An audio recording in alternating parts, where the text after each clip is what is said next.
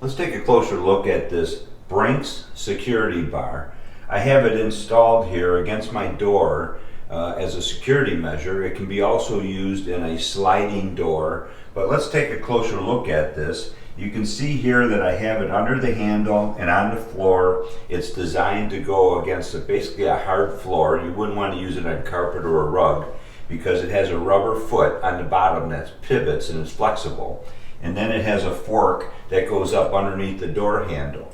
So now let's take a closer look at the rest of the features on this BRINKS security bar. You can see here that this pin can be pulled out and the top can be removed. And this is all for packaging or putting in a suitcase. It extends up to about 44 inches, but when you compact it, take it apart, it goes down to roughly 24 inches. So it can easily put in a suitcase if you want to use it for traveling. You can keep in mind that this can be used in a home, an apartment, a university, college dorm room. It could be in a hotel while you're traveling.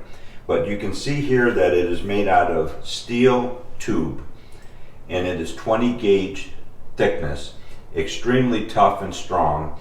And down at the other end you see the many slots or holes that this spring-loaded pin can extend or retract, and then it fixes in place through this spring.